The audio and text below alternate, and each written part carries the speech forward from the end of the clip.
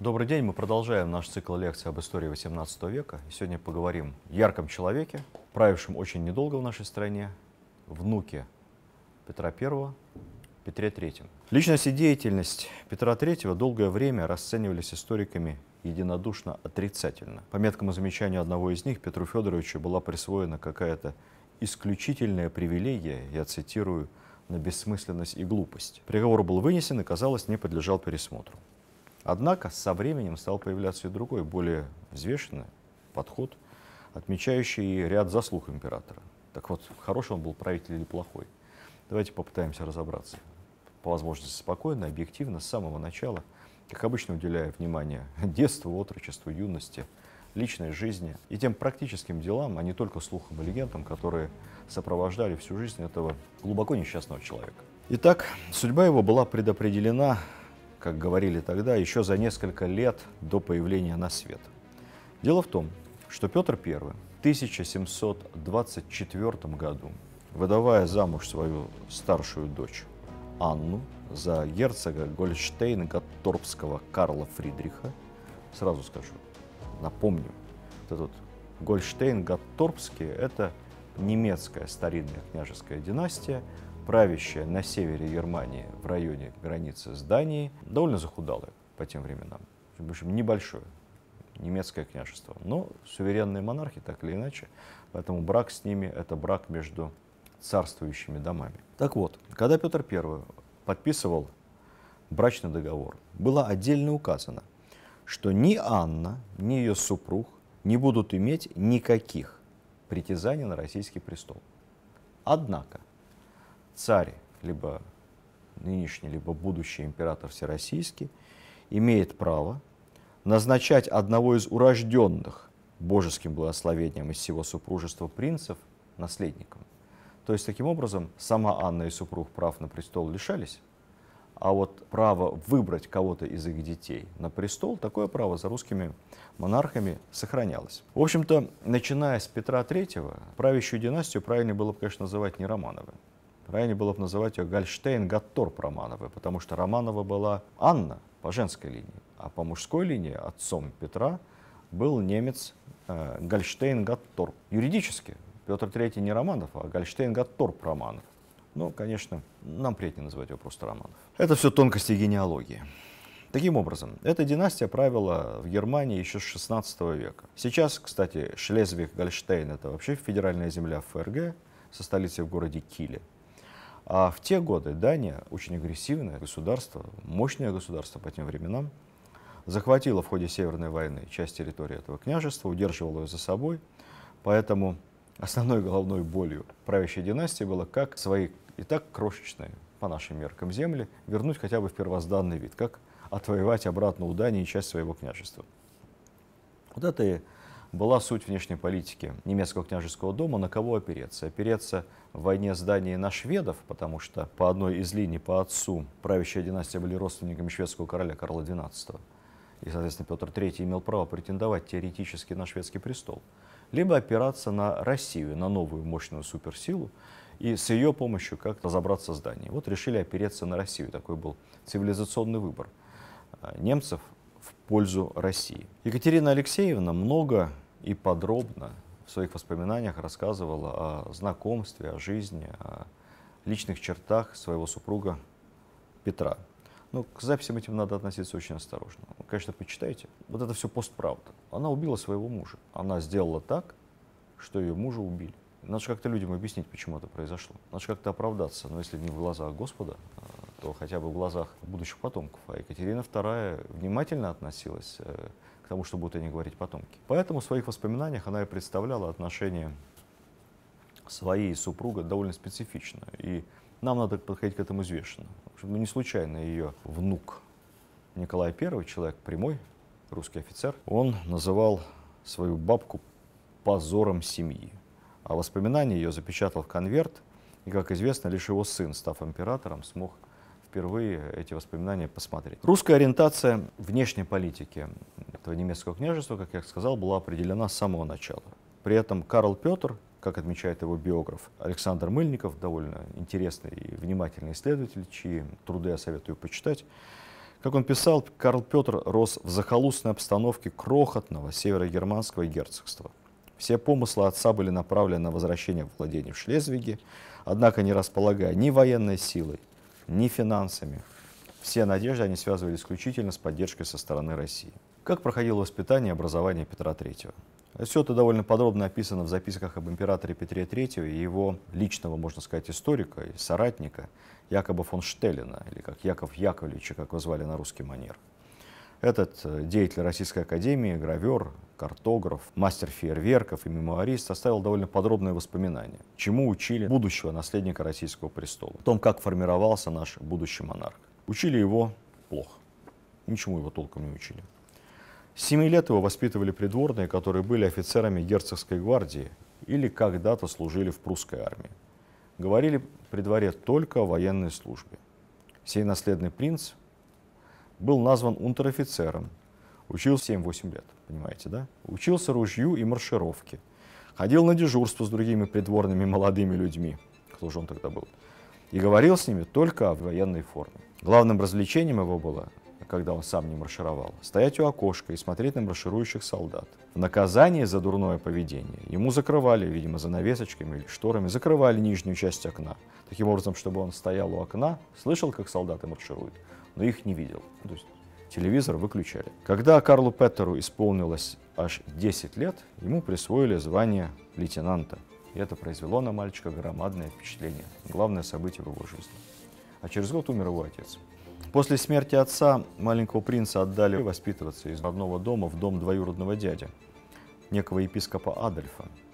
Довольно примечательная фигура. Этот епископ впоследствии окажется королем Швеции, окажется на шведском престоле под именем Адольфа Фредерика. И Екатерина II, будущая супруга, тоже будет его дальней родственницей. Там, в общем, все очень запутано в немецких княжеских домах. Любопытен этот персонаж тем, что мы любим с вами поговорить об образе жизни царствующих монархов. Не надо думать о том, что только наши обжирались, объедались, обпивались. Проблемы с правильным образом жизни были при всех королевских дворах того времени. Так вот, шведский монарх, тот самый бывший епископ Адольф Фредерик, тоже умеренностью не отличался. Он умрет спустя несколько десятилетий в Стокгольме от удара, случившегося, внимание, после чересчур сытного обеда. Обед состоял по очереди, все, что откушал король Швеции. Омары, икра, кислая капуста, копченая сельдь, кабачковый суп, 14 пшеничных булочек с разной начинкой, теплое молоко и в конце за все это заполировал шампанским. Стало плохо с пищеварением, сердцем. Умер практически за обеденным столом. Как писали современники, сия кончина подобна не государю, а деревенскому попу. Вот такая смерть короля. Что же касается воспитания нашего героя Петра III в епископском доме, жесткое было воспитание. Во-первых, его секли. Представьте себе, принца секли розгами. Постоянно ставили в угол на горох. К 13 годам он лишь немного владел французским, рос нервным, впечатлительным, хилым, болезненным. Правда, при этом любил музыку и живопись.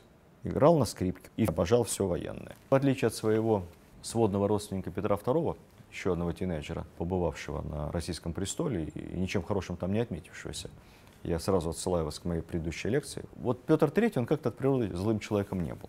Он был таким простодушным, что ли. Жил в бедности, учителя злые, ни на что особо не рассчитывал, ни на какую корону.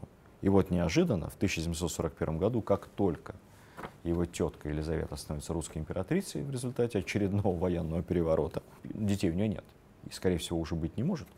Поэтому она решает закрепить трон за ближайшим родственником, племянником, внуком Петра I и отправляет за ним делегацию. И вот он едет к тетке в глушь, в Россию.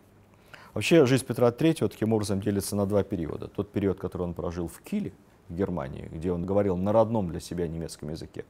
То есть, вот интересный, кстати, вопрос. Я подумал, на каком языке он разговаривал в России. По-русски он говорил не очень хорошо, говорят с сильным акцентом. Супруга его, Екатерина, была значительно способнее к языкам, она блестяще писала по-русски и говорила практически без акцента, лучше, чем многие русские. Я думаю, что он с женой по-немецки, наверное, разговаривал. В общем, он, не зная русского языка, идет в 13 с небольшим, 14 лет в Россию, где проводит 20 лет. 20 лет. Это второй петербургский период его жизни.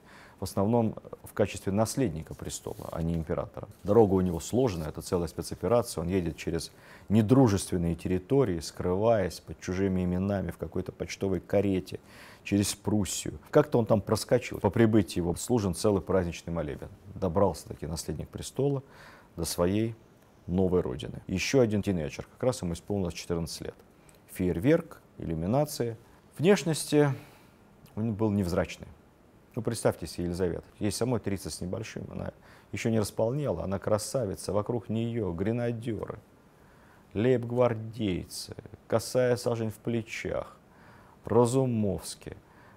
И тут появляется какой-то хилый, худой, болезненный, с нездоровым цветом лица, такого нежного, субтильного телосложения юноши. Ну, в общем, впечатление не произвел. Поразило Елизавету его невежество. Ничего не знал. Так плохо его учили в Германии. В общем, из просвещенной Европы прибыл необразованный, нервный молодой человек. Что удивительно, вот он так любил военную службу и все, что связано с армией, а до конца жизни, когда пушка стреляла, вздрагивал и очень боялся. Началась его жизнь при русском дворе. Занялись системно его образованием. Ну, для начала, чтобы мальчику было приятно, в 14 лет его произвели, естественно, в подполковнике.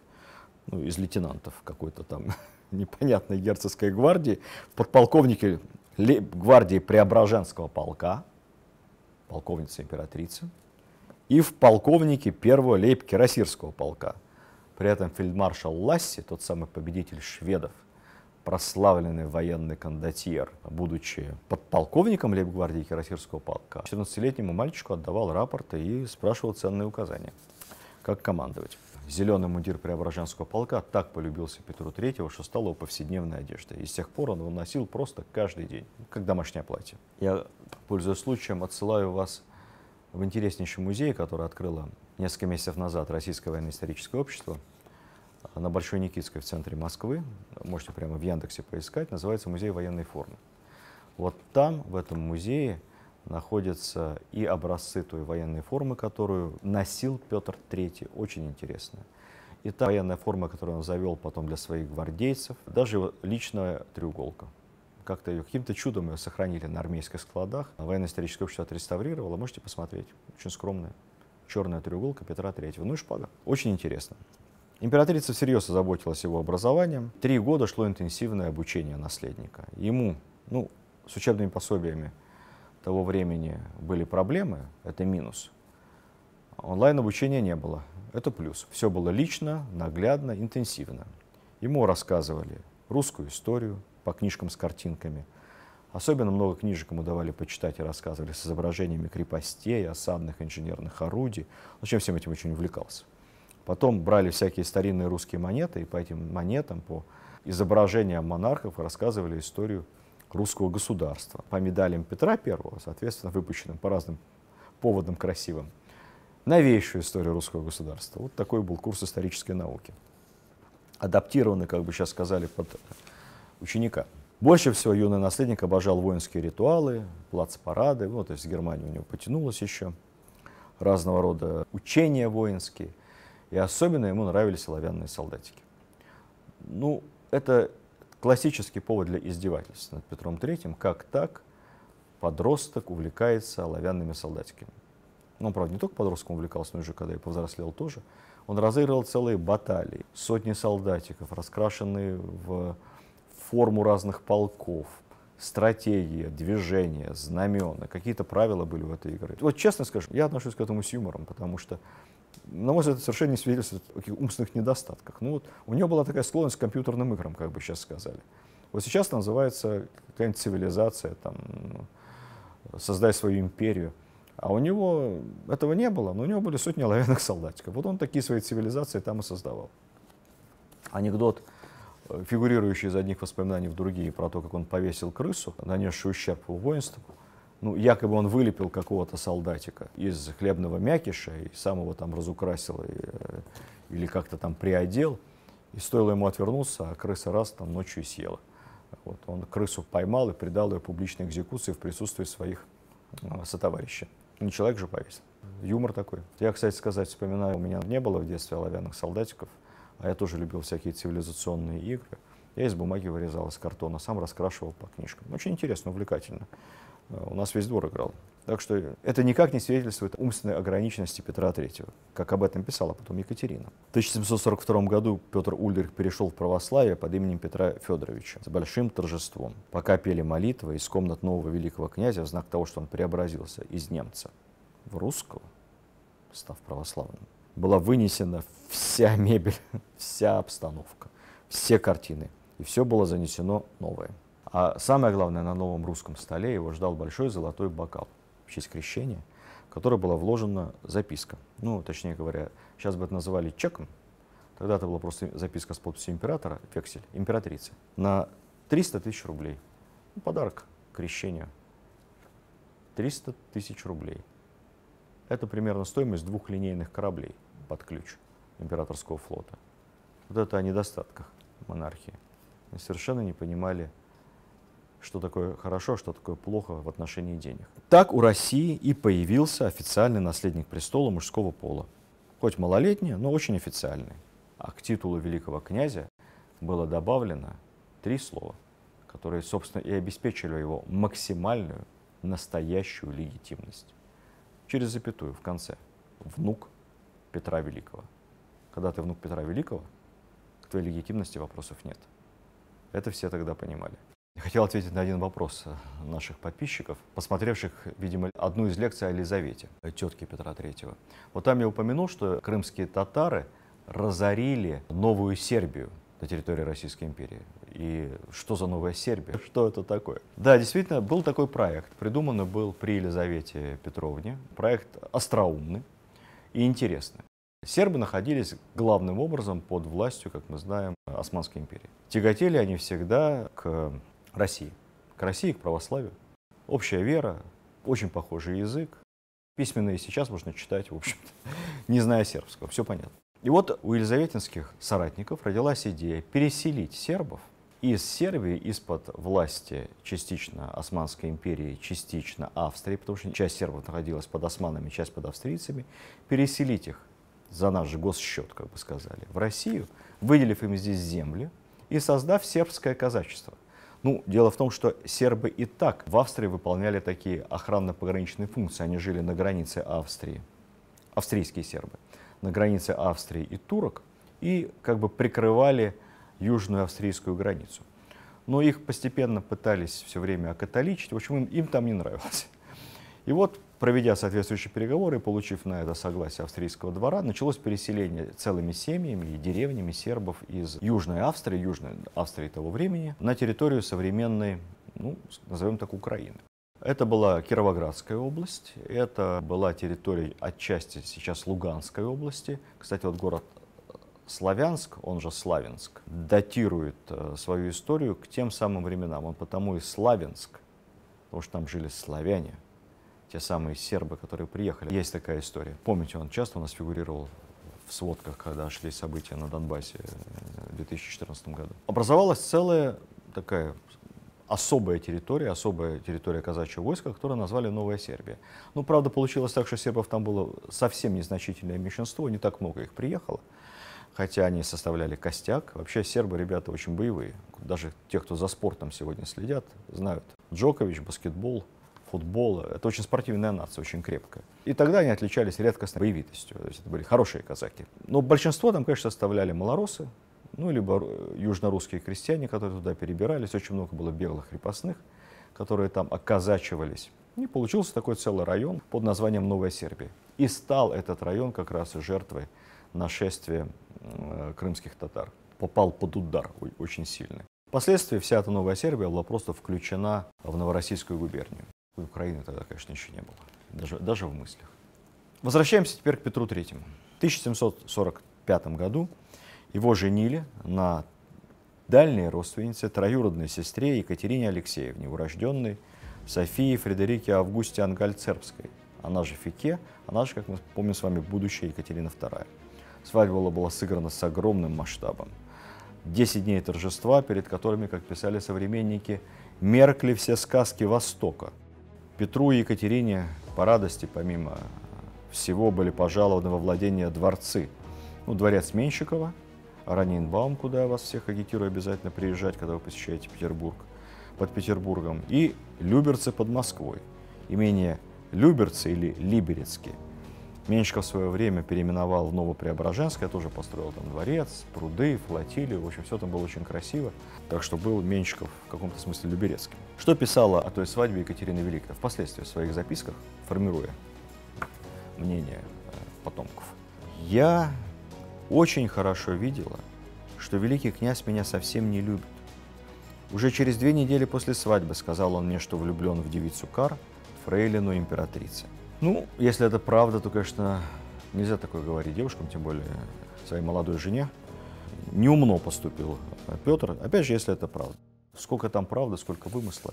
Разбирая историю про солдатиков, об этом говорили много. Главная задача, которую поставила Елизавета перед молодыми супругами, как можно скорее дать наследника. Как можно скорее. Нужно было легитимизировать династию. Поэтому к ним даже специально представили в качестве воспитателей супружескую пару, такую образцовую. Такие были супруги Чеглаковы. Они казались Елизавете просто образцом семейной любви, чтобы они своим примером показывали Екатерине и Петру, как надо друг к другу относиться, как любить, как ухаживать друг за другом, как заботиться. Всячески ограничивали их от всяких военных дурацких игр, чтобы они проводили время вместе. Но, честно говоря, не очень что-то с этим получалось. И есть официальная версия, как мы знаем с вами, версия Екатерины, и версия потом растиражирована многочисленными историками о том, что Петр III вообще избегал интимной близости своей супруги, несколько лет не вступал с ней ни в какие отношения. Этому ряд исследователей пытается найти медицинское объяснение. Ну, была у него некая форма фимоза, кому интересно, посмотрите. А потом якобы это вылечили, у него появились любовницы разного рода фрейлины. Тяжело сейчас судить, в какой степени все это было правда, потому что если мы внимательно посмотрим разные истории и воспоминания, то, например, есть много свидетельств того, что Екатерина сама избегала близости с Петром.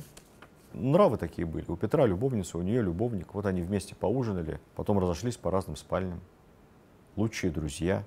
Все это было очень запутано. Для нас представляет интерес, скорее всего, другое. Сын, единственный сын, официальный наследник престола, будущий император Павел I, он все-таки сын чей? Он сын Петра, с которым якобы несколько лет не было близости, или кого-то из первых фаворитов Екатерины. По легенде, устав ждать наследника от Петра, Елизавета всю ту же самую фрейлину Чеглакову послала к Екатерине Алексеевне и сказала ей: двор не может жить без наследника. Надо тебе выбрать какого-нибудь русского хорошего фаворита, и там уж сами разбирайтесь.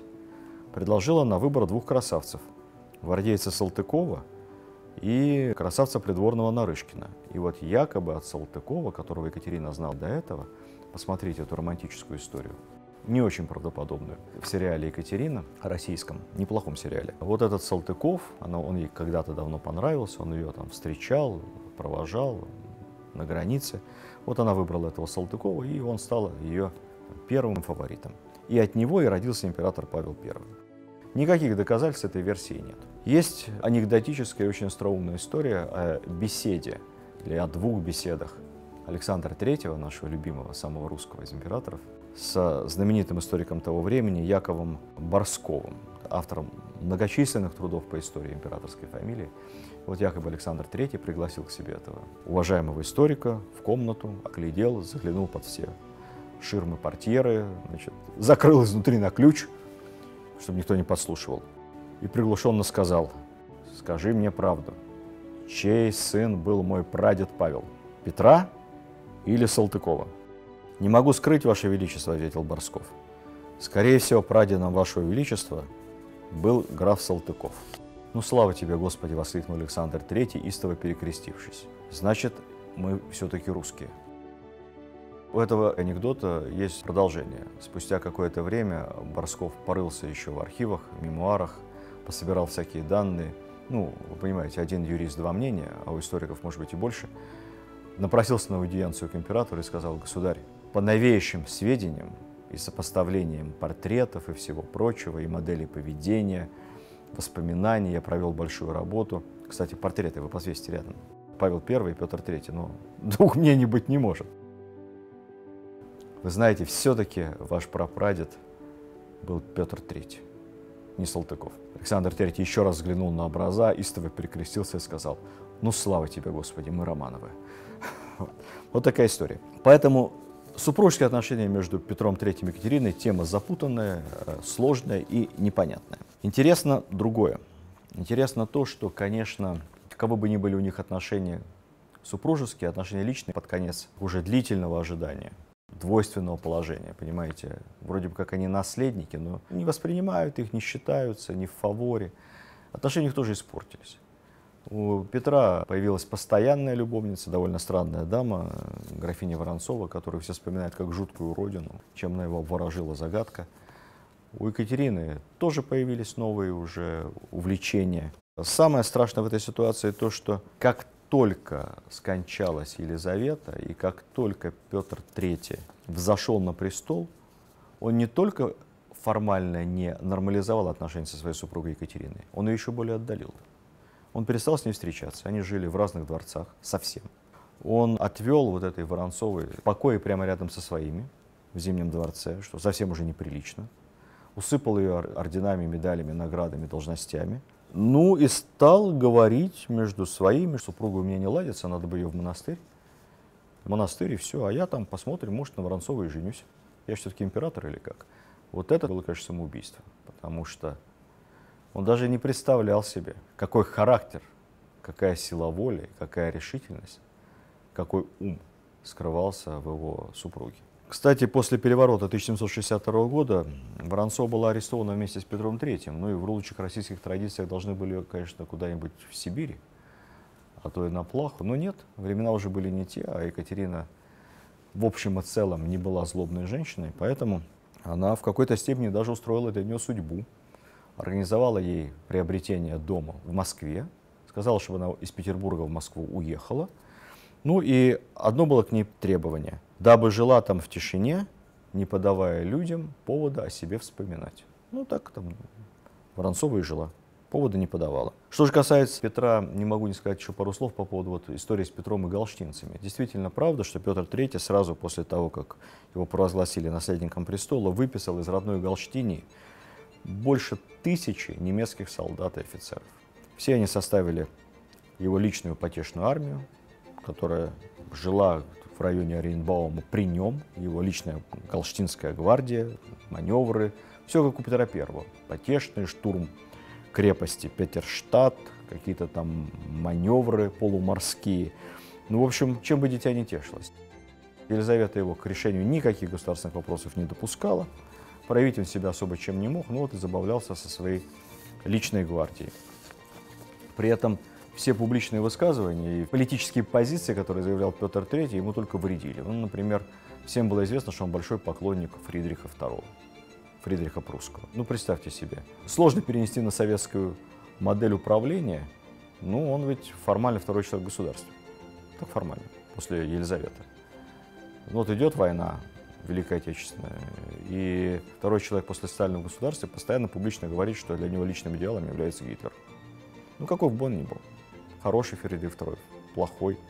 Это руководитель воюющего с тобой государства. А ты всем говоришь, он действительно великий человек. Мы должны к нему прислушиваться и идти ему во всем навстречу.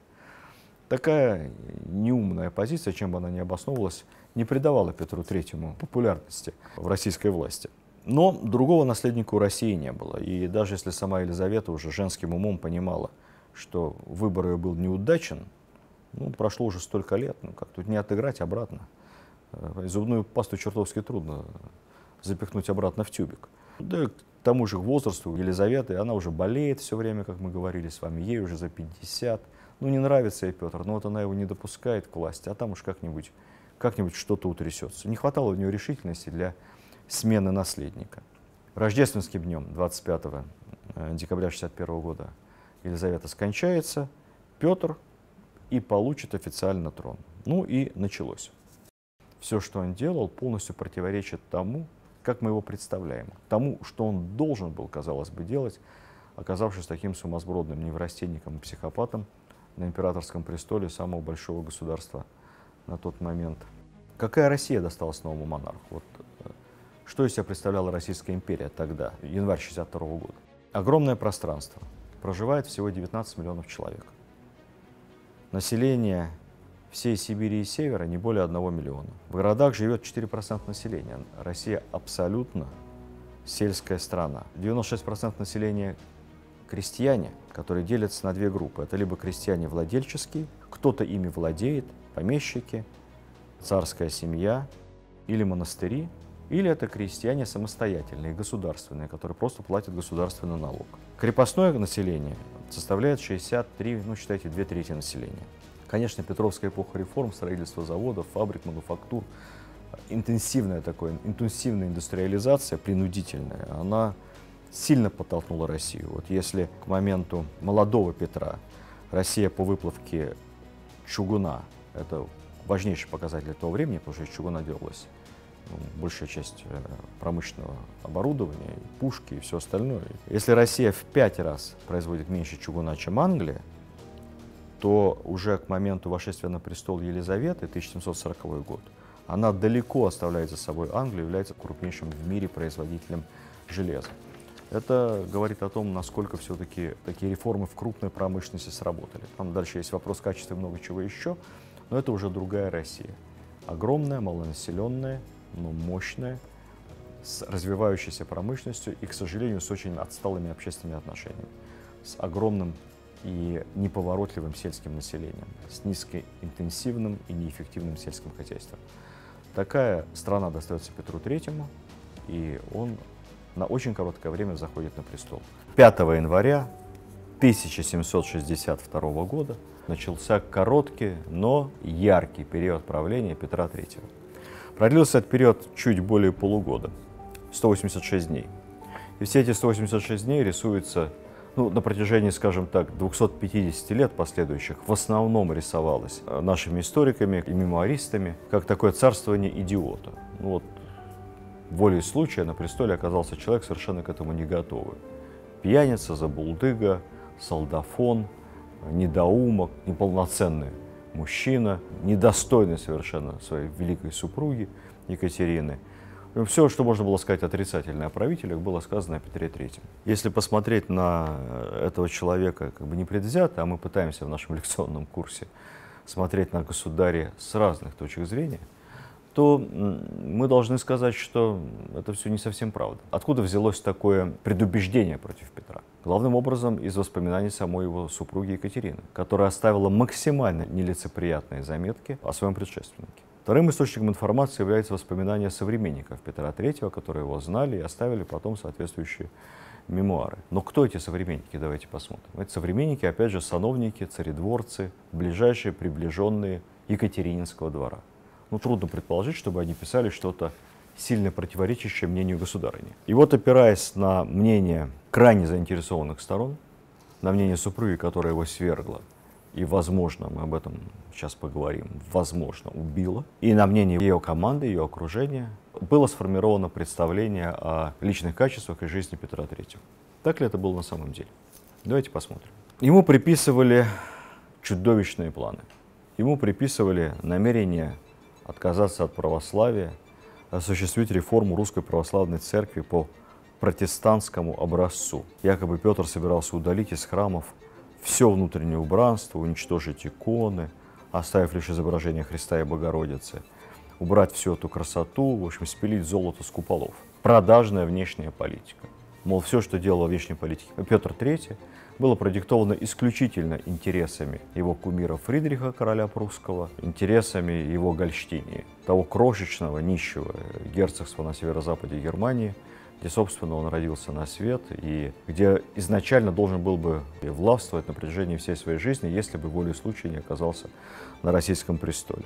Если говорить о церковной линии, то в манифесте Екатерины II по случаю восшествия на престол в июле 1762 года Петру это просто ставилось впрямую в вину. Я процитирую. «Церковь наша греческая крайне уже подвержена осталась последней своей опасности, переменой древнего в России православия и принятием иноверного закона». То есть, переводя на русский язык, я пришла Екатерина, чтобы спасти веру православную. Вот такое яркое заявление со стороны вчерашней немки-протестантки. В современной историографии, в современной истории все чаще и чаще, смотря на действия Петра, предпринимаются уже системные попытки взглянуть на его деяния не по откликам Екатерины и ее сподвижников, а вот по реальным практическим делам, что он, собственно, делал. Я очень рекомендую вам интересную книгу Александра Мыльникова, автора биографии Петра III в серии «ЖЗЛ. Жизнь замечательных людей». Вот там довольно взвешенный взгляд на то, что делал Петр III. Хотя такие же позиции вы можете прочитать и у других исследователей. И они сейчас встречаются все чаще, чаще и чаще. Ну, начнем с вами с внутренней политики Петра III. В первую очередь, небывалая законотворческая активность. Такое ощущение, что все 18 лет ожидания в статусе наследника престола Петр III готовился к тому, чтобы отреформировать Россию. За эти полгода было издано 192 указа, то есть более одного указа в день, касающихся жизни государства. Это были, по сути, законодательные акты, выражаясь современным языком. Это не касается указов о награждении, производстве в чины, повышения в звании, то есть такой административной рутины, текучки. Вот содержательный один закон в день. Петр III все время работал. Приходил в свой рабочий кабинет с раннего утра, и вот как вспоминает его биограф Штеллен, был чрезвычайно энергичен. С раннего утра он был в своем рабочем кабинете, где сначала заслушивал доклады, потом спешил на заседание Сената или коллегии. Ну, сравните это с рабочим днем, если так можно сказать, в кавычках, его предшественника Петра II, который вообще за весь период своего правления был на заседании Сената один-единственный раз. Петр III, по сути, вернул понятие «рабочий день», сам стиль жизни государя. Между ним и Петром I, можно сказать так, ни один император или императрица не работали вообще. Они царствовали, они праздновали, они снисходили иногда изредка до выслушивания каких-то государственных дел. Кстати, это касается и кроткой Елизаветы в том числе. Петр III хотел трудиться и хотел сделать как лучше. Петр III упраздняет тайную канцелярию.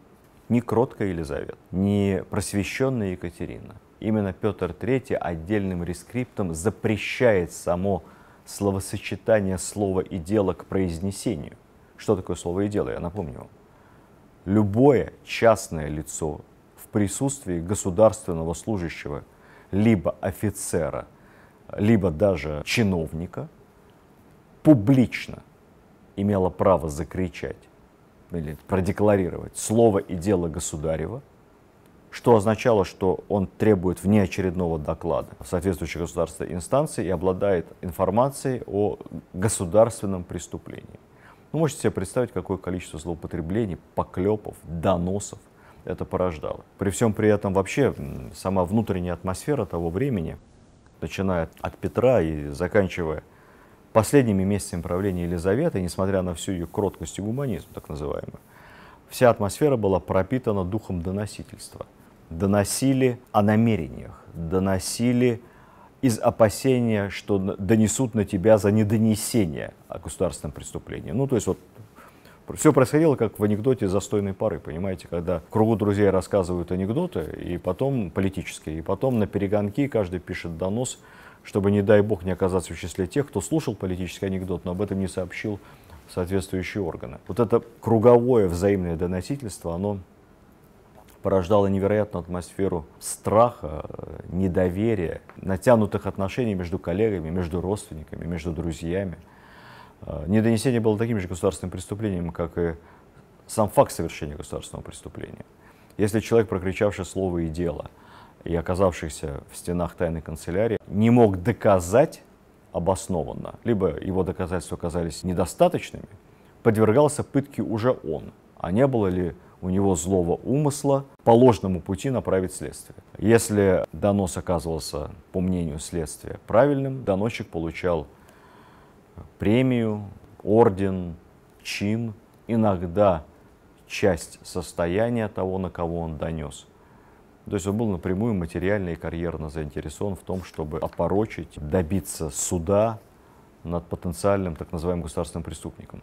Вот эта вся чудовищная атмосфера, достигшая своего апогея при Анне Иоанновне, потом несколько пошедшая на спад, но не прекратившаяся при Елизавете, закончилась только при Петре III. Петр III запретил слово и дело, Петр III упраздняет тайную канцелярию, Петр III прекращает политический сыск. Кстати, тайная канцелярия потом возродится при Екатерине II, при его просвещенной супруге, уже под названием тайной экспедиции.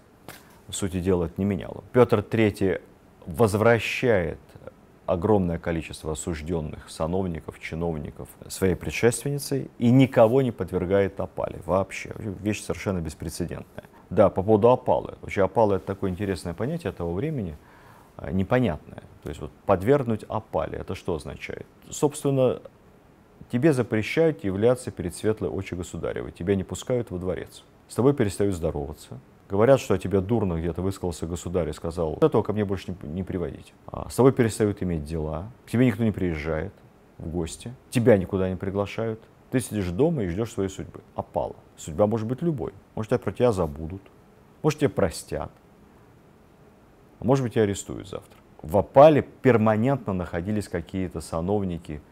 Все времена, такая старорусская и потом уже и имперская традиция. Петр III, придя к власти, вообще никого не подверг никакой опале. Гражданский муж, а может быть и законный, венчанный муж, мы это точно не знаем, Елизаветы Петровны, Алексей Разумовский, всего лишь переехал из царского дворца к себе домой. Его младший брат Кирилл Разумовский, о котором мы с вами говорили, насобиравший огромное количество должностей и важных государственных постов, остался при своем, в его жизни вообще ничего не изменилось. При Петре начался процесс перевода в госсобственность обширных церковных земель. Это была так называемая крайне важная и нужная для экономики страны секуляризация. Церковь владела огромными землями, церковь с этих земель практически ничего государство не платило, использовала их для собственного содержания, поэтому указ о секуляризации церковных земель был подписан Петром III. Екатерина, взойдя на престол, этот указ отменяет, выжидает несколько лет и потом уже по решению специальной комиссии, отдельно собранной, проводит ту же самую Петровскую реформу. Забирает церковные земли в государственную собственность, приписывая при этом себе всю славу этого смелого поступка. При Петре III создается Государственный банк и объявляется о выпуске бумажных денег. Это новаторская, яркая и очень важная для развития экономики финансовая инициатива. Бумажные деньги появились тогда только в нескольких европейских странах, наиболее продвинутых, в Великобритании, во Франции. Россия таким образом делала мощнейшую финансовую реформу, и этим она тоже обязана Петру III. Екатерина, взойдя на престол, сразу же отменяет это решение, выжидает опять некоторое время, опять подписывает указ от своего имени и опять получает всю славу успешной финансовой реформы. Петр III объявляет свободу внешней торговли.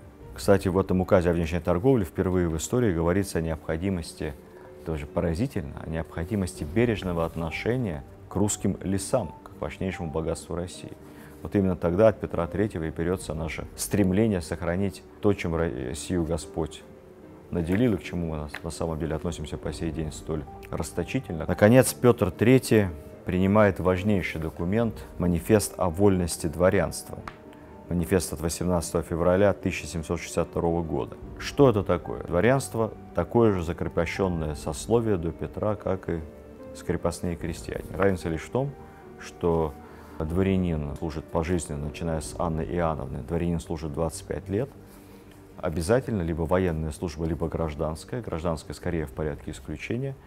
За это дворянин имеет землю, усадьбу и крестьян, которые его содержат. Петр III освобождает дворянство от обязательной военной службы, разрешает ему беспрепятственный выезд из страны и дает ему возможность спокойно продавать и передавать свои земельные владения. То есть фактически земля передается де-факто в наследственную собственность дворянства. Советские историки оценивали это как ужасный акт, консервативный акт, который окончательно разделил страну на два диаметрально антагонистических сословия — крестьянства и дворянства. Вот крестьяне остались крепостными, дворянство освободилось и могло вполне себе бездельничать, пользоваться рабским трудом крестьян, и получило в частную собственность землю, мол, как это ужасно, несправедливо и прочее. Это, наверное, отчасти правда, но давайте посмотрим на это дело и с другой стороны, со стороны дворян. Их все-таки 2% населения — это самая образованная, самая активная, самая продвинутая часть населения страны. Тот слой, который движет вперед Россию, который движет реформы, который рискует жизнью, служа в армии, который что-то строит, созидает, изучает, создает культуру, а не только паразитирует на теле крестьянства. Ну и, по крайней мере, часть хотя бы нашего общества, нашего народа стала, начиная с Петра III, свободным. В конце концов, это просто по-человечески, что ли. Можно сказать, что процесс раскрепощения вот период раскрепощения русского народа начался с Петра III, начался сверху, с дворянства. Так же, как в свое время когда-то с дворянства, из боярства начался процесс закрепощения русского народа. Этот указ о вольности дворянства произвел феерический эффект в русском обществе. Конечно, дворянство было восхищено, было благодарно. Поступило коллективное ходатайство установить в центре Петербурга памятник из золота Петру III на средства, собранные русскими дворянами. Петр III ответил на это следующим образом, скажу по памяти. «Я надеюсь, что собранному золоту Сенат найдет более полезное применение. Памятник мне ставить не нужно, ибо я надеюсь обрести делами своими более долговечный памятник в сердцах наших подданных». Согласитесь, ответ благородный, умный и красивый, отнюдь не говорящий об его авторе как об идиоте. С другой стороны, указ о вольности дворянства, конечно, вызвал определенные ожидания. Ожидания в первую очередь со стороны крестьянства, потому что общественный договор был простой. Крестьянин пашет, иногда на кого пойдет жребий, служит в армии, получая после этого свободу. Дворянин защищает, рискует жизнью. Крестьянин, конечно, мог завидовать дворянину, мог его не любить, мог его тайно ненавидеть. Где-то он там, в Петербургах, в имении появляется редко, в имении управляющий, либо кто-то из сыновей, из родственников. А барин-то где-то непонятно где, в золоте, в бархате. Но это обычно ненависть, обида крестьянина на дворянина заканчивалась в тот самый момент, когда дворянин возвращался, если жив оставался. Он возвращался к себе в имение, без ноги, потерянный где-нибудь под Измаилом, весь израненный, больной.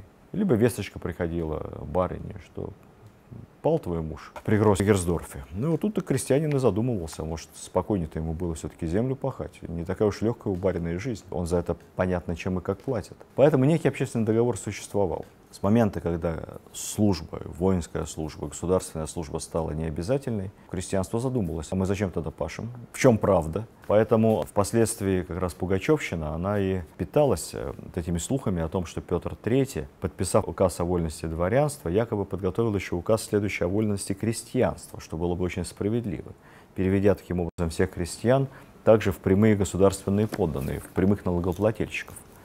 Но Екатерина, злодейка, она государя-императора свергла, от власти его отстранила, а указ о вольности крестьянской спрятала. Поэтому Петр III, он хорош. Надо здесь отдать должное, что много было самозванцев Петров III, не один Пугачев. Это говорит о том, что в народе, в низах, к памяти, к делам Петра III относились на самом деле очень хорошо. То есть для людей, для простых людей он был очень позитивным героем. Как я сказал уже, Петр Федорович вернул ко двору большинство опальных вельмож предыдущего царствования, томившихся в ссылке, кроме единственного ненавистного ему канцлера Бестужева. Среди этих возвращенных из опала вельмож были наши старые знакомцы. Был фаворит Анны Иоанновны Берон, который проживет потом долгую жизнь. Был тот самый генерал-фельдмаршал граф Миних, успешный полководец, которого Петр III включит в ближний круг своих приближенных, и который, надо отдать должное этому честному немцу, который останется верным Петру III до самого конца. Он будет с ним до последнего мгновения и будет предлагать разные планы вооруженного сопротивления Екатерине, когда она захватит престол. Петр III, по сути, в отношении крестьянства начал ту самую политику, которую продолжит его сын Павел. Забегу немного вперед. Павел среди целого ряда своих решений и указов, тоже на протяжении своего недолгого царствования, старался постепенно облегчить долю крестьян. Екатерина много об этом говорила, много писала Вольтеру Руссо, излагала прекрасные наказы, собирала уложенные комиссии, но никаких практических действий по облегчению бремени крестьянства по сути не предприняла. Петр III предпринял, пытался. Равно как пытался потом и Павел I, который ограничит барщину. Именно с этого процесса начнется постепенное раскрепощение крестьянства. В этом отношении у Петра и у Павла были не только похожие взгляды, но и была, к сожалению, похожая судьба. При Петре III в Россию, с момента, как он зашел на престол, прибывает огромное количество немцев, галштинцев. Были вызваны галштинские родственники императора, многие из них составили его ближний круг. Вот в этом отношении он далеко превзошел пресловутую Бероновщину, ну, в части немецкого вопроса, галштинцев при дворе Петра III оказалось так много, что потом, после переворота, для того, чтобы их вывести из России, потребовался целый корабль. То есть их явно было больше сотни. Удивительная ирония истории. Судьба их была очень печальна. Корабль этот, вывозящий галштинцев обратно в Галштинию, попал в шторм и утонул. Почти все они погибли. Кстати, среди погибших были не только дворяне, приближенные, но и было много просто офицеров так называемого потешного полка галштинцев Петра III. Да, еще одна вещь, о которой нельзя не сказать. Петр III принимает указ о веротерпимости. Совершенно революционная вещь для того времени. Прекращается преследование цареобрядцев, упрощаются многие вещи, связанные с исповедованием на территории России иностранцами других религиозных конфессий. Потом гонения против старообрядцев будут возобновлены после смерти Петра III. Но, как ни удивительно, именно он оказался человек прогрессивности и в религиозном вопросе в том числе. Теперь, что касается внешней политики. Официальная историография и официальная точка зрения, начиная с екатерининских времен, историков звучала примерно так. Петр III проводил антинародную, антинациональную внешнюю политику. Это была политика в интересах Галштинии и Пруссии. Она вызвала справедливое возмущение русского дворянства, которое и организовало заговор и этого антинародного, действующего в интересах Фридриха, а не родной страны, монарха свергла, приведя к власти, как ни странно, гораздо более пророссийскую правительницу, его супругу Екатерину. Что же такого антинародного сделал Петр III за полгода своего правления? Выделим 3 направления внешней политики Петра III. Начнем с самого малоизвестного и такого самого второстепенного. Петр III устроил целую интригу, чтобы Турция напала на Австрию. Какие при этом решали задачи? Косвенно оказывалась помощь его любимцу Фридриху, который с Австрией в этот момент воевал. Австрия до этого времени союзник, активный союзник России. Австрия начинала воевать на 2 фронта. Второе, освобождалось поле на юге. Если бы Турция увязла в войне с Австрией, Австрийская империя того времени громадное, очень сильное государство, населенное, мощное, богатое. Если бы это произошло, то у России были бы развязаны силы для движения потом на юг. Давайте теперь зададимся вопросом, что в этом плохого. То, что Петр, как-то сказать, иронично относился к своему союзнику Австрии и плевал на их интересы. Австрийцы всю жизнь плевали на интересы России и предавали ее при первом же удобном случае. Вспомните переход Суворова через Альпы. Вспомните наполеоновские войны. Да и до этого. То, что Петр подыгрывал Фридриху, ему казалось, что Фридрих для него более выгодный союзник, чем Австрия, поскольку Фридрих слабый, он очень ослаблен войной, он ослаблен системными поражениями в Семилетней войне, и он будет по гроб жизни признателен России за любую помощь, в то время как Австрия будет воспринимать это как должное. Кстати, история многократно нам показывала, что так и есть. Вспомним Николая I, который так надеялся, так верил, что в Крымскую войну Австрия ему поможет. Вместо этого Австрия почти объявила войну России на стороне вторгшихся в наш Крым Англии, Франции, Сардинии и Турции, из-за чего Россия была вынуждена держать на границах с Австрией огромную армию, больше, чем Севастополь. Просто в ожидании ежеминутного возможного австрийского вторжения. Что касается связать руки Турции на юге, отличная идея. Все последующее движение на юг, все последующие успешные русско-турецкие войны, которые вела супруга Екатерина вместе с Потемкиным, Ушаковым, Суворовым, Румянцевым, все это прошло бы еще лучше, как по маслу, если бы в этот момент Турция полностью завязла бы в Европе войной с Австрией. Так что в этой интриге было очень серьезное рациональное зерно. Второе направление, которое было Петру поставлено в вину. Кстати сказать, сразу забегая вперед, как только Екатерина взошла на престол, вся эта сложная интрига там, с многочисленными взятками, подкупами, волной дезинформации, шпионской сетью и прочее, была тут же прекращена, и Екатерина заверила, что нет, Австрия наш союзник навсегда. Все деньги, которые предназначались турецким визирям, чиновникам отозвать, вот никому ничего не даем, с Турцией мы будем воевать сами, а с Австрией будем поддерживать хорошие отношения. Вторая интрига Петра. Значит, Петр заявил публично о том, что планируется война с Данией, за возвращение отнятых Данией так называемых шлезвиг-гольштейнских земель, включая родовой замок его предков по отцовской линии, замок Готтор, который был захвачен когда-то Данией. Петр, не стесняясь, в близком кругу до восшествия на престол рассуждал о том, что вообще-то он и сам сядет на датский престол. То есть не просто отберет у Дании все, что она завоевала в его родной Гольштине, но и саму Данию захватит и станет королем.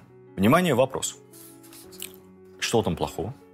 Ну, во-первых, конечно, нашему самолюбию национальному должно льстить, что вопрос, что там происходит в районе Дании и Северной Германии, это была просто самая естественная зона жизненных интересов России. Никого даже и мысли не возникало, с чего бы это Петр решает наказать Данию и присоединить ее.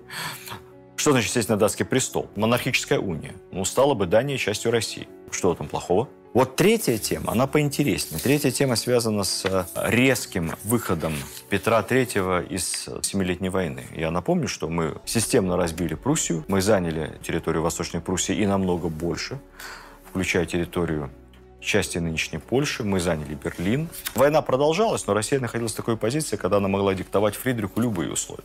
Ну, просто любые. Однако Петр III производит резкий поворот, выводит Россию из войны, по сути, сепаратно. Австрия продолжает воевать. Всем показывает, что Фридрих его кумир. Подписывается Петербургский мирный договор 1762 года, по которому де-факто все земли, занятые русской армией, возвращаются обратно в Пруссию. Вот это, конечно, было никому не понятно. Почему? Почему мы ушли? С одной стороны, при внимательном прочтении текста Петербургского мирного договора мы видим, что там не все пункты однозначно унизительны для России. Ну, например, там говорилось о том, что Пруссия обязывается никогда не заключать новых союзов против России. Обязывается уничтожить все старые союзы, которые были против России. То есть должна была стать нашим ближайшим союзником на обозримое время. Россия обязывалась вывести войска из Пруссии и из других захваченных в ходе войны земель. Однако в любой момент имела право этот вывод остановить, если ситуация менялась. На вывод войск, правда, к сожалению, удавалось только 2 месяца. То есть вообще-то напоминает, честно говоря, вывод советских войск из Германии после известных горбачевских решений, куда торопились. До момента вывода войска на территории Пруссии оставались на полном хозяйственном и финансовом обеспечении прусских властей. Идея Петра заключалась в том, что если Пруссия будет уничтожена, то слишком усилится Австрия. В этом был какой-то здравый смысл. Но, конечно, он перегнул палку. Конечно, так поступать было нельзя. В отличие от первых 2 пунктов и османского, и датского направления его внешней политики, наверное, его личные симпатии Фридриху, его такой про-немецкий образ мыслей служили ему дурную службу. Но когда Петра свергнут и убьют, Екатерина II, обвинив его в пропрусской политике, в предательстве национальных интересов, и тра-та-та-та-та, все равно вывод войск не остановит. Военные действия с Фридрихом не возобновит, а война семилетняя продолжалась и дальше, и Австрия, и Англия продолжали боевые действия против Пруссии. Екатерина ничего не изменит из тех договоренностей, которые заключил Петр III с Фридрихом. О чем это говорит? Говорит только о 2 вещах. Или о том, что эти договоренности не были такими уж бессмысленными, просто обставлены были плохо, палку перегнул. Все слишком быстро. Не отторговал того, что должен был отторговать. Надо было оставить себе там часть территории, самые выгодные точки там, и так далее. Или же здесь сработала свою роль английская игра. Потому что одним из главных интересантов замирения России с Пруссией на столь невыгодных для России условиях и раньше выступала, и продолжит выступать Англия. Таким образом, Екатерина очень сильно подыграла Британии. Так что здесь тоже все не столь однозначно. В конце концов, внешнеполитическая деятельность Петра III, если и была в ряде моментов ошибочной, как, например, на прусском направлении, то в целом касается и датской идеи присоединения, по сути, Дании к России со всеми ее владениями, и османской линии. Это была весьма неглупая, агрессивная и очень имперская точка зрения. Очень имперская линия поведения. Поэтому и здесь считать Петра III недоумком мне кажется, не очень честно. То его жизнь и его правление, короткое полгода, его смерть – это такое пособие для властителей. Как не надо себя вести, что не надо делать, каких бы прекрасных планов, идей, каких бы великолепных замыслов ты не был преисполнен. Как нельзя быть царем. Это про Петра Третьего. Мы как-то очень мало говорили о нем как о человеке, о его внешности, о его здоровье, о том, что он из себя представлял. Я буквально два момента дополню для понимания. Это очень важно, чтобы для понимания, как он потом правил эти полгода и как он относился к своим соратникам, коллегам, приближенным, тех, кто, собственно, и определил его судьбу. Вообще, жизнь Петра Третьего – это образец неправильного воспитания. Когда он был маленький, мы об этом говорили чуть раньше, его всячески унижали, наказывали, пароли ставили на горох и не любили. Любви не было совсем у него. А когда он стал подростком, и когда, казалось бы, наоборот, надо не ласкать, не целовать, а приучать к дисциплине, к труду, к порядку. Когда он стал подростком, его тут провозгласили наследником империи. И все стали перед ним раболепствовать. Чем окончательно человека испортили вконец, даже при всех его неплохих задатках, возможно. По мере того, как он рос, ему ничего толком не доверяли. И поскольку ему не доверяли, он так пребывал в таком детско-инфантильном состоянии. Шляхетским корпусом можно было покомандовать, собственными галштинцами. Вот, собственно, и все. К политике не подпускали. Точку зрения его по отношению с Пруссией, с Европой, с Семилетней войной, над ней смеялись, ее игнорировали. Поэтому, конечно, был колоссальный комплекс нереализованных амбиций, нереализованных планов и задач. Что-то он попытался за эти полгода сделать, как я уже говорил, все, что было им предпринято на бумаге, те решения, которые он провел в жизнь, те указы, они говорят, в общем, о большом потенциале государственного деятеля. Но в частном плане, вот как личность, как правитель, задача которого не только принимать правильные указы, не только заключать правильные союзы, но и задача которого уметь простраивать отношения в команде, как бы сейчас сказали, простраивать отношения с элитами, добиваться того, чтобы тебя в идеале любили, как будут потом элиты боготворить Екатерину, либо боялись, как панически боялись Ивана Грозного, либо одновременно любили, уважали, боялись и трепетали, как относились к его деду Петру. Вот этой способности внушать сильные эмоций у Петра Третьего не было совершенно. Он облагодетельствовал дворянство, и дворянство при этом его презирало. Имеется в виду элита дворянства. Никого не интересует мнение несчастных, так сказать, капитанов, служащих в Оренбурге. Всех интересует мнение элиты дворянства. Оно воспринимало это как должное. Он хотел продвинуть религиозные и гражданские свободы, и вот тут же сделал своим врагом Русскую Православную Церковь. Как так? Старообрядцев защищает. Это что еще такое? Внешне он выглядел не очень. Дело в том, что он переболел оспой. Екатерина, говорят, тоже болела оспой, но непонятно, судя по всему, ветрянкой. У нее почти не было следов оспы уже вскоре после болезни. Петр III переболел взрослой оспой. По-настоящему, слава богу, остался жив. Однако лицо его было страшно обезображено. Ребячество, какие-то дурацкие шутки, дурацкие забавы. Молодой человек проковырял дырку между комнатами и подглядывал, якобы, если верить рассказам Екатерины, и подглядывал за своей теткой Елизаветой, чем поверх ее, конечно, в панику, как она переодевалась. Вот эти все слухи о нем циркулировали постоянно. Хуже всего было то, что Петр III в разговорах совершенно не стеснялся своей такой русофобии. Бытовой, может быть, немного такой культурно-циничной, но это все записывалось, передавалось из уст в уста, распространялось и, конечно, служило ему дурную службу. Любовник Екатерины, будущий король Польши Станислав Август Понятовский, вспоминал об одном таком своем разговоре с Петром Федоровичем, тогда еще наследником русского престола. В порыве откровенности он сказал мне: «Вот подумайте только, как мне не повезло. Я ведь мог бы поступить на прусскую службу. К настоящему времени мог бы надеяться получить полк и звание генерал-майора, а может быть даже генерал-лейтенанта. И что же? Вместо этого меня притащили сюда, в эту дыру, чтобы сделать великим князем этой нецензурно страны». И тут же он принялся поносить в русских выражениях самого простонародного пошиба, весьма ему свойственных. Болтовня его бывала, правда, забавной, ибо отказать ему в уме было нельзя. Да, он был не глуп, он был безумен, а пристрастие к выпивке еще более расстраивало тот разум, которым он был наделен. Вот подобного рода необдуманные и обидные для русских высказывания вкупе с дурным отношением к придворным, ко многим весомым людям при дворе, со странными решениями по прусскому вопросу, все это во многом и предрекло падение неудачливого монарха. Заговоры вокруг Петра начались с первого же дня его восшествия на престол. Собственно, основных заговорческих линий было две.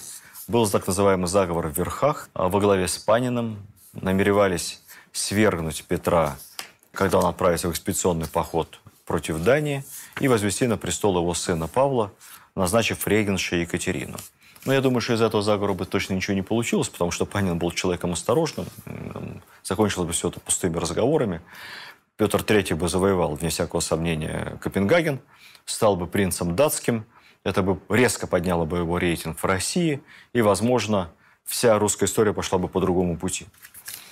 Что же касается второй линии заговорщиков, вот тут все было по-настоящему, потому что Екатерину окружала группа молодых гвардейцев во главе с ее главным фаворитом первой половины жизни, можно так сказать, Григорием Орловым, красавцем, смельчаком, рубахой, буйным, таким ярким, очень популярным в гвардейской среде молодым офицером. Ну, тем более, что Орловых было несколько. Братья, такие были кумиры гвардейской молодежи. И, кстати, сразу скажу по поводу развратности Екатерины. Все это, как всегда, сильно преувеличено. Например, отношения ее с Григорием Орловым, для понимания, длились 12 лет. Так вот, Григорий Орлов, его брат Алексей Орлов, еще более яркий, деятельный характер, составили второй заговор, заговор в низах среди гвардейских офицеров. Была создана целая организация, даже с неким видом тайного общества, то есть там были отделы, секции. Не все знали друг друга лично, знали через начальников секций. В этой организации присутствовало около 40 гвардейских офицеров, которые грозились в случае чего вывести на площадь до 10 тысяч солдат, им подчиненных. И вот эти вот решительные, энергичные молодые люди и организовали дело, о котором так много говорил Панин и сотоварищи, первые месяцы правления Петра III. Кстати сказать, многие сановники из политической элиты России были осведомлены прекрасно о намерениях этих 40 гвардейцев возвести на престол Екатерину. О заговоре, о существовании этой тайной организации знал начальник полиции Петербурга, генерал-прокурор, знал украинский гетман, воспитатель сына Екатерины и Петра Павла Панин, прекрасно тоже, естественно, знал. И никто из них не предупредил Петра III об опасности. События по перевороту размывались стремительно.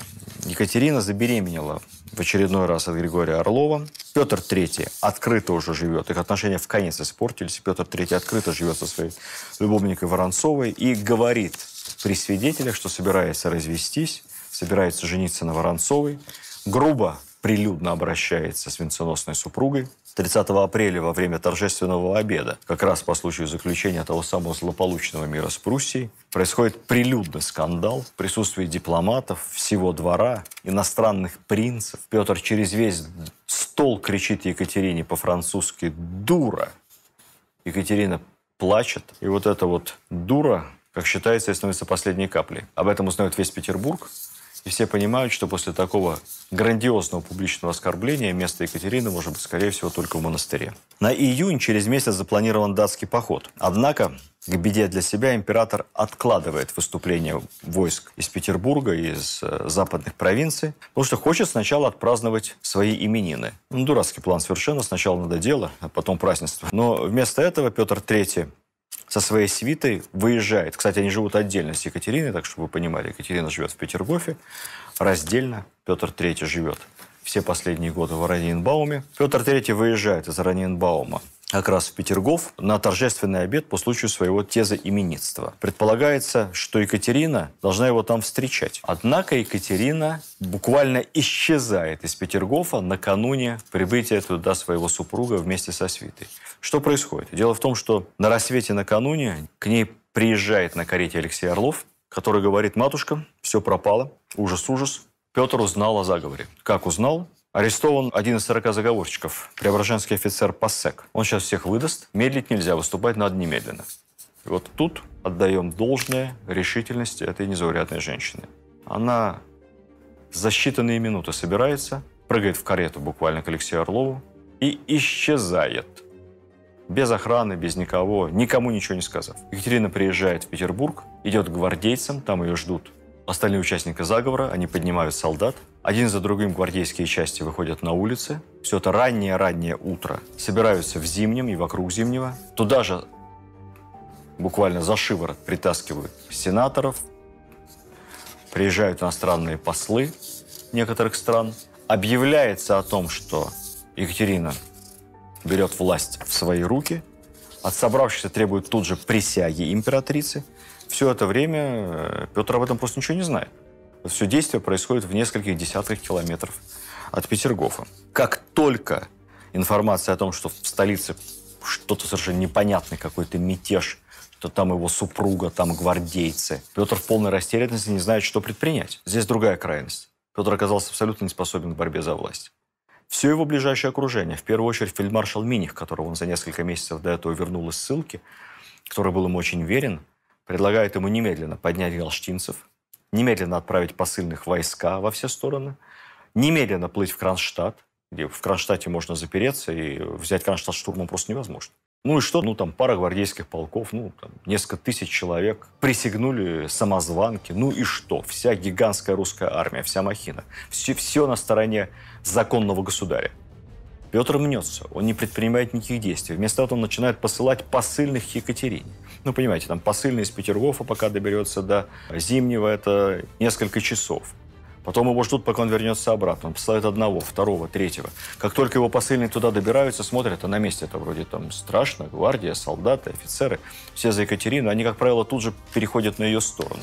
В общем, Петр теряет весь световой день. В конце концов, он, наконец, собрался-таки плыть в Кронштадт. Но к этому моменту к Кронштадту прибыли посланцы Екатерине, и Кронштадт уже присягнул Екатерине. Поэтому, когда Петр III на барке подплывает к Кронштадту, его встречают моряки выстрелом из пушек, с предупреждением, что следующий залп будет дан прямо по баркасу. Петр III к вечеру возвращается к ночи в Ораниенбаум и начинает писать письма Екатерине, говоря о том, что да, он согласен, да, он плохо к ней относился, он виноват, я был неправ, давай править вместе.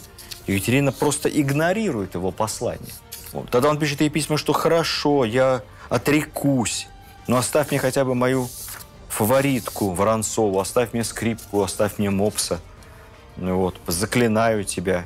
Она мне не оставит ему ничего, ни скрипки, ни мопса, ни Воронцовой. В ответ на его послание прибудет вооруженный отряд гвардейцев, который беспрепятственно, без боя, что поразительно тоже. Не совсем Петр III, конечно, не Сальвадор Альенде. Он отправляется вместе с гвардейцами в Ропшу, в соседний замок, где далее уже находится, по сути, под домашним арестом. Сопровождение отряда гвардейцев. Совершенно понятно любому, что у Петра не было никаких шансов остаться в живых. Он законный государь. Окажись на месте Петра более смелый, более решительный человек, конечно, он бы стер Екатерину с лица земли вместе со всеми ее Орловыми. Но Петр растерян. Петр живет в Ропше. Петр играет на скрипке, играет в карты, пьет со своими охранниками. Екатерине даже не надо суда над ним. И даже не надо никакого публичного процесса. И даже не надо затевать процедуру его отречения от престола. Потому что на самом деле Петр даже не успел короноваться как император. Она просто поручает его охрану смышленому человеку. Смышленым человеком был начальником охраны Алексей Орлов. Да, тот самый Алексей Орлов, который потом раздобудет княжну Тараканову и вытащит ее из Италии. Тот самый победитель над турецким флотом, не бесталанный и очень решительный юноша. Как юноша, молодой человек по тем временам. Буквально через неделю после переворота Екатерина получает от Алексея Орлова записку, писанную дрожащей рукой, явно пьяной. Текст этой записки был ясен. В какой-то потасовке, инициатором которой выступил якобы сам Петр III, его нечаянно убили. Как? Непонятно. Более позднее, как сейчас говорят, историко-лингвистическое исследование опровергает подлинность этой записки. Дело в том, что в подлиннике она до нас не дошла. Якобы была сожжена Павлом I в первые же дни его царствования. У нас она есть только в копии. Но вот так, честно говоря, судя по стилю, похоже на правду. Как бы то ни было, с одной стороны, Петр III, конечно, не был суперздоровым человеком. Последующее вскрытие показало, что у него была и дисфункция сердца, и воспаление кишечника, и признаки апоплексии. Не очень понятно, как это определяется вскрытием, но все это есть в медицинском заключении. Известно, что он болел последние 3 дня перед смертью. Известно, что он просил врача, чтобы к нему приехал. Его личный врач, голландец, 3 дня все сомневался, ехать ли ему к Петру, либо не ехать. Настоящая скорая помощь. Врач так боялся оказаться заточенным вместе с Петром III в Ропше, что в конце концов выехал туда только тогда, когда государю якобы совсем стало плохо. В общем, вся эта история очень противоречива. Может быть, даже и отравили его, поэтому он вызвал врача, а потом ему стало лучше, и в итоге все-таки удушили. Почему удушили? Потому что, когда Петра III хоронили, у него лицо было, несмотря на вот такой слой, значит, пудры, лицо у него было потемневшим, шея была замотана шарфом белым. Бывает такое лицо после удушения. Отсюда родилась сразу версия, что его задушили ружейным ремнем. Может быть, так оно и было. Сначала его тело привезли прямо в Александро-Невскую лавру, где скромно похоронили вместе с бывшей правительницей Анной Леопольдовной. Должны были бы в Петропавловском соборе, императорской усыпальнице, но поскольку Петр официально не был коронован, то вот решили так по низкобюджетному варианту. Не около мавзолея и даже не у Кремлевской стены, а так, на Новодевичьем кладбище, как Хрущева. Сенат в полном составе просил императрицу не присутствовать на похоронах. Хотя говорят, что по некоторым сведениям Екатерина все-таки приехала в Лавру инкогнито. Если это так, то она могла сказать там только одно своему супругу бывшему: «Прости». С этого момента на престоле оказывается эта удивительная женщина, очень симпатичная, очень обаятельная, веселая, поразительно разбирающаяся в людях, невероятно осторожная, фантастически начитанная и эрудированная даже по меркам просвещенного века, весьма пылкая эмоционально и весьма эффективная в том, чего она на самом деле хочет добиться. Женщина, которая в историю войдет как Екатерина Великая.